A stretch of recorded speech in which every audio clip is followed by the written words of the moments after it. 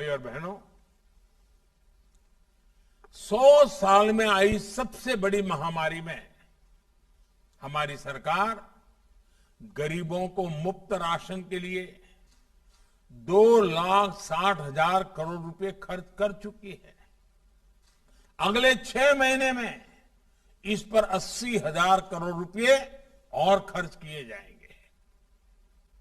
जो पहले की जनता की कमाई को लूट लेते थे, वो जनता की कमाई से अपनी तिजोरी भर लेते थे, वो आज भी इस योजना के लिए कुछ न कुछ हल्का फुल्का मजाक उड़ाना, झूठ फैलाना, भ्रम फैलाना, ये करते ही रहते हैं।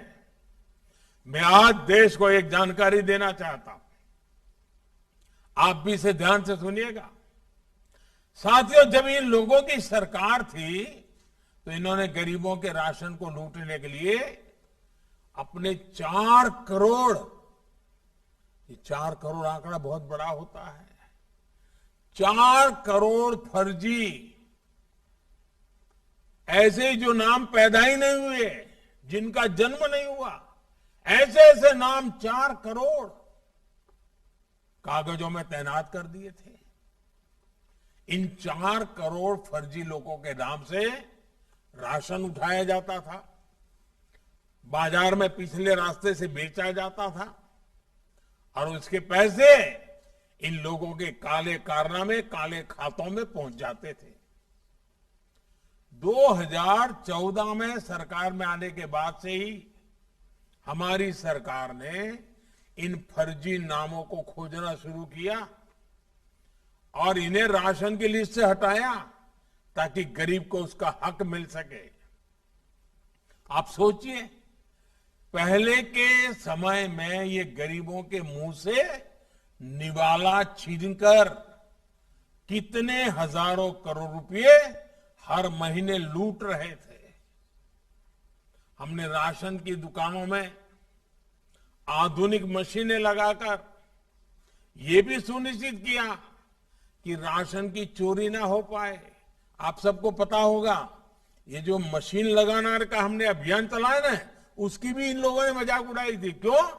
क्योंकि उनको मालूम था कि मशीन आएगा, लोग अंगूठे की छाप लगाएंगे तो सच का सच चलेगा, और इसको रोकने के लिए ऐसी ऐसी हवाएं चलाई, यहां तक कह दिया कि राशन लेने जाएंगे और अंगूठा लगाएंगे तो कोरोना लग जाएगा।